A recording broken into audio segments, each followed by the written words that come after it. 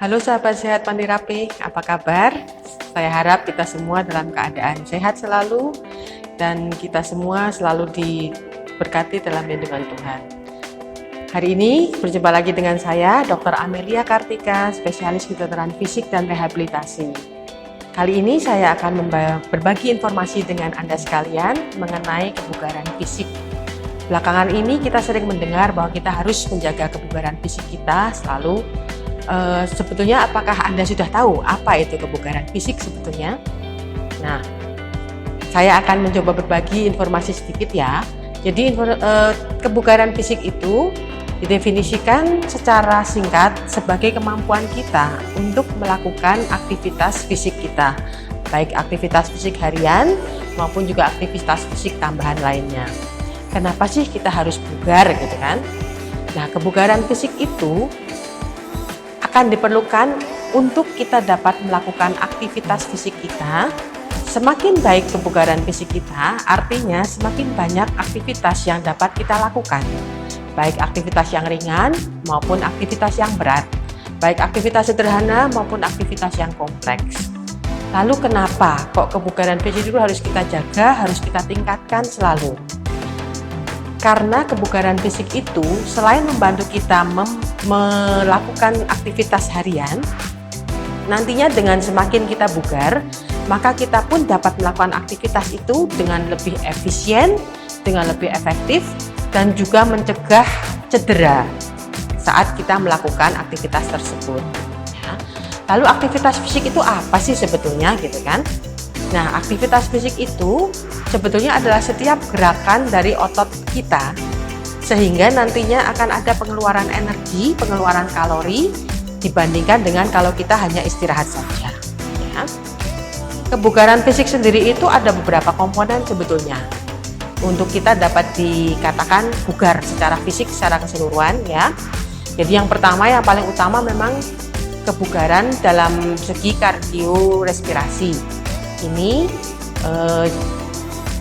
misalnya kita dapat melakukan sesuatu, kita dapat jalan jauh, kita dapat bekerja tidak capek, kita juga dapat melakukan segala halnya tanpa rasa capek yang berlebihan. Kemudian juga ada namanya komposisi tubuh. Jadi komposisi tubuh itu kalau kita ini kan dikaitkan dengan berat badan. Namun pada berat badan yang sama bisa jadi komposisi tubuh kita berbeda. Jadi sama-sama orangnya 45 kilo misalnya. Ada yang 45 kilo itu 50%-nya terdiri dari otot. Sedangkan lemaknya hanya sekitar 10%. Nah, itu nanti dia akan lebih dapat melakukan aktivitasnya secara lebih gampang dibandingkan kalau orang 45 kilo tapi ternyata massa lemaknya yang lebih banyak. Nah, seperti itu ya.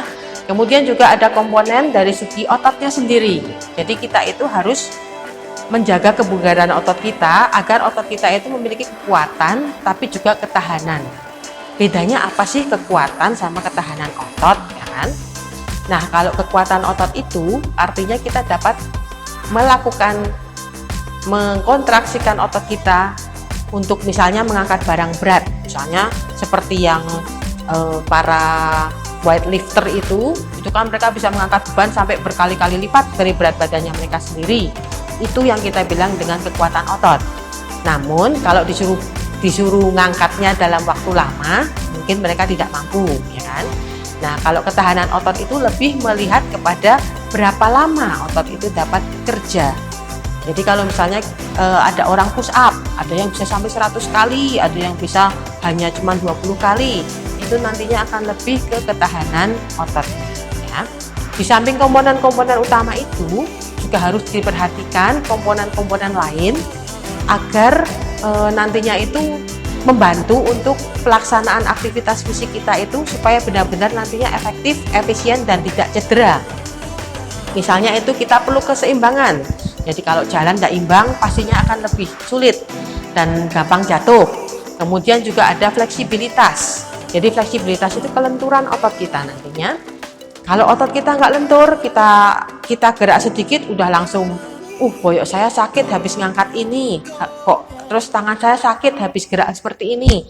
itu kemungkinan besar memang karena fleksibilitasnya yang kurang ya.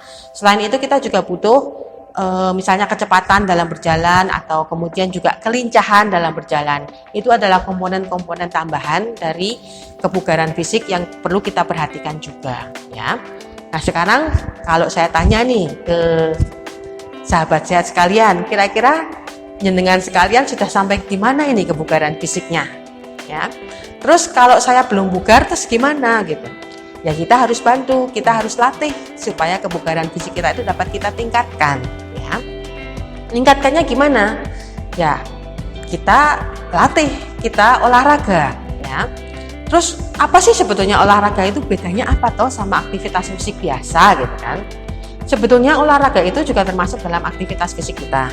Cuman olahraga itu memang kita melakukan gerakannya itu dengan tujuan ya, dengan tujuan, kemudian juga diulang-ulang, ada aturannya. Jadi memang kita maunya melatih apa ini gitu ya. Itu olahraga dikaitkan dengan aktivitas fisik kita. Kemudian kalau untuk olahraga untuk kebugaran apa saja? Kembali lagi kita ke komponen kebugaran itu tadi ya. Kalau untuk ketahanan kardiovaskuler, artinya kita harus melatih badan kita, tubuh kita, terutama otot-otot besar kita. Otot besar itu ya terutama di kaki ya. Jadi kita memang lebih banyak menggerakkan kaki, bisa misalnya jalan, bisa misalnya lari, sepedaan, kemudian juga berenang. Itu semua untuk menjaga kebugaran dari segi kardiorespirasi kita. Kemudian juga kita perlu kan untuk untuk ketahanan dan juga kekuatan otot. Nah itu nanti yang mungkin dikenal dengan dengan sekalian mungkin pernah kenal dengan namanya latihan resistensi, latihan beban. Itu semua untuk melatih otot kita ya. Kemudian bedanya apa kalau kita mau melatih ketahanan sama kekuatan gitu kan? Seperti tadi saya bilang, kekuatan itu seberapa besar sih, seberapa maksimal beban yang bisa diangkat atau yang bisa digerakkan oleh otot ya. Jadi kalau mau melatih, kita memang mau melatih supaya otot kita kuat, itu memang kita harus pakai bebannya yang lebih berat ya. Tapi memang untuk berapa kali harus diulang dan lain-lain itu memang lebih sedikit. Kalau kita mau melatih ketahanan otot, kita pakai bebannya yang ringan. Bahkan bisa pakai beban tubuh kita sendiri. Misalnya sit up, push up, atau misalnya plank ya. Itu pun juga termasuk dalam latihan ketahanan otot ya. Dan kemudian jangan lupa juga komponen-komponen tambahan yang tadi, fleksibilitas itu juga harus dilatih. Dengan apa toh? Dengan stretching, gampang sekali sebetulnya ya. Dan itu pun bisa kita masukkan dalam program, misalnya kita mau lari, mau jalan, kita lakukan stretching dulu. Itu juga termasuk membantu untuk fleksibilitas kita. Jadinya nanti waktu saat melakukan sesuatu tidak gampang cedera ya. Kemudian juga balance atau keseimbangan. Ini juga penting ya, terutama memang nuwun sewu kalau jenengan memang sudah usianya memang makin bertambah, keseimbangan ini juga akan menurun. Jadi memang ini kita harus latih juga. Keseimbangan ada keseimbangan statis ya, kalau pas kita berdiri saja, atau nanti kalau pas kita jalan, kita bergerak, itu namanya keseimbangan dinamis. Itu juga bisa kita latih ya. Nah, di sini kita di Panti Rapih ini kita punya klinik baru memang ya, klinik Katarina. Di sini kami memang bertujuan untuk membantu jenengan sekalian mendapatkan kebugaran fisik ya, yang memang optimal supaya memang aktivitasnya lebih beragam dan memang tidak gampang capek ya. Nah di klinik Katarina ini kita memang terpadu, tidak hanya dari gizi, nantinya akan ada semua bagian baik dari gizi, kemudian juga dokter, kemudian juga nanti untuk latihannya akan kami pandu di sini ya. Jadi untuk memang mungkin untuk jenengan yang memang ada masalah untuk dengan kelebihan berat badan atau overweight, nanti kita akan pandu juga supaya kita bisa mendapatkan komposisi tubuh yang bagus, kemudian juga untuk ketahanan otot, ketahanan kardiorespirasi, juga kekuatan otot yang baik ya. Karena memang pada obesitas itu memang seringkali masalahnya adalah gampang capek, gampang lelah ya. Nah, itu nanti kita akan pandu. Jadi untuk mencapai penurunan berat badan yang optimal itu kan memang harus melihat semua aspek ya, dari gizinya iya, mengurangi kalori yang masuk, dan juga harus menambah pengeluaran kalorinya. Nah, itulah kita harus berlatih, kita harus memperbanyak aktivitas fisik termasuk olahraga tadi itu ya. Nah, nanti monggo kalau jenengan sekalian nanti memerlukan, kita bisa bantu di sini. Informasi lebih lanjut mungkin bisa dilihat di link di bawah ini ya. Oke, mungkin untuk saat ini saya akhiri dulu. Mungkin nanti untuk berikutnya kita bisa berbagi informasi lebih lanjut lagi. Semoga sahabat sehat Panti Rapih sekalian selalu sehat dan selalu aktif dalam sehari-hari. Rumah Sakit Panti Rapih, sahabat untuk hidup sehat.